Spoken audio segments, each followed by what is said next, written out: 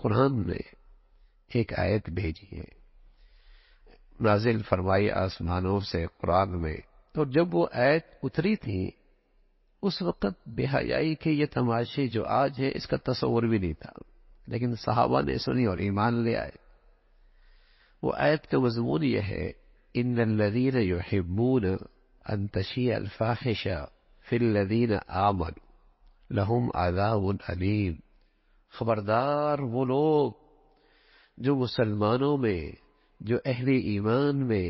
جو مسلمان معاشرے میں، جو مسلمان سوسائٹی میں بے حیائی کو فروغ دے رہے ہیں، خبردار ان کے لیے دردناک عذاب۔ یہ اس وقت کی بات ہے جب حضرت ام المؤمنین حضرت عائشہ رضی اللہ تعالیٰ عنہ کے بارے میں منافقین نے ایک پروپیگنڈا کیا، حالانکہ وہ محدود ماحول تھا اور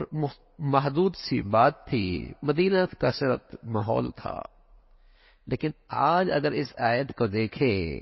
کیا ذرائع ہیں، کیا جتن ہے، بلکہ سچ بتاؤں اب تو ہمارے ملکوں کی ہر پالیسی،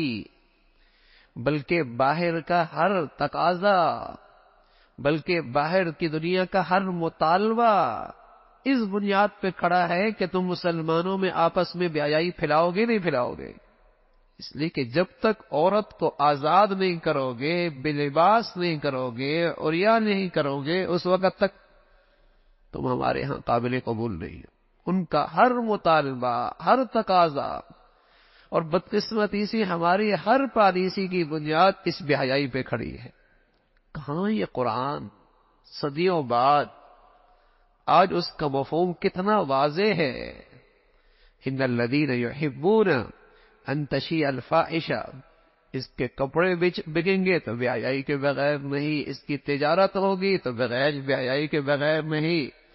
اس کا کاروبار ہوگا تو اس بے حیائی کو فروغ دیے بغیر نہیں، اس کی جسے کہیں کہ تعلیم ہوگی تو اس بے حیائی کے فروغ دیے بغیر، اس کا علاج ہوگا، اسے کہیں کہ صحت کے ادارے بنیں گے، جب تک وہ بے حیائی کے فروغ نہیں دے گا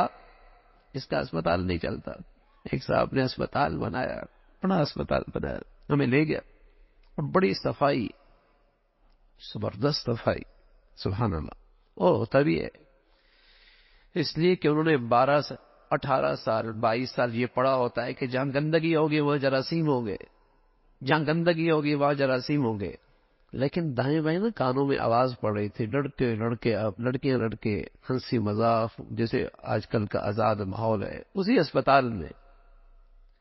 میں نے بے تکلفی تھی ڈاکٹر صاحب سے، میں نے کہا ڈاکٹر صاحب آپ نے 18-22 سال پڑھا ہے نا کہ یہاں جراثیم نہیں ہو، جراثیم ہوں گے تو پھر بیماریاں ہوں گی۔ ہم نے بھی 18-19 سال اپنے بڑوں سے پڑھا ہے کہ جہاں بے حیائی ہوگی وہاں ایسی بیماری ہوں گی کہ تمہاری نسلوں کے اندر بھی ایسی بیماریوں کا تذکرہ دیا ہے، تمہاری نسلوں کے اندر بھی ایسی بیماریوں کا تذکرہ دیا ہوا۔ رسول اللہ صلی اللہ علیہ وسلم نے فرمایا جب بے حیائی ہوگی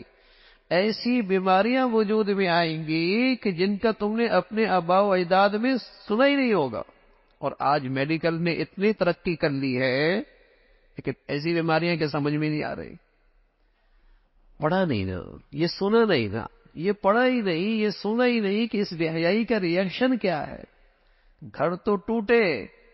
طلاقیں تو جسے کہیں کہ اب اس قدر کثرت سے طلاق کھلا اور گھروں کے ٹوٹ پھوٹ ہے، شاید مسلمان معاشرے میں ایسی مصیبت کبھی نہیں آئی، ٹوٹ پھوٹ ہے ہر جگہ، اور بنیاد ہی بھی آئی۔ اور آپ اکثر قتل و غارت کے پیچھے دیکھیں گے کوئی بے حیائی ہے، اکثر قتل و غارت کے پیچھے دیکھیں گے کوئی بے حیائی ہے، اس کا سبب بے حیائی بنے گا۔ شریعت ہے، اللہ کی طرف سے آئی ہے، اس امت کے لیے حیا کس قدر ضروری ہے، لیکن میں عرض کر رہا ہوں اس کا بیج مارا جا رہا ہے۔ تو رسول اللہ صلی اللہ علیہ وسلم نے فرمایا میری امت کا خاص وصف ہے شرم و حیا، اور اللہ نے ایسے لوگوں کے لیے سخت تنبیہ فرمائی ہے، خبردار اگر تم نے مسلمانوں میں بے حیائی کو فروغ دیا تو تمہارے لیے دردناک عذاب ہے۔ اللہ ایمان والی حیا والی زندگی نصیب فرمائے، ہم سب کے لیے عمل کرنا آسان ہو۔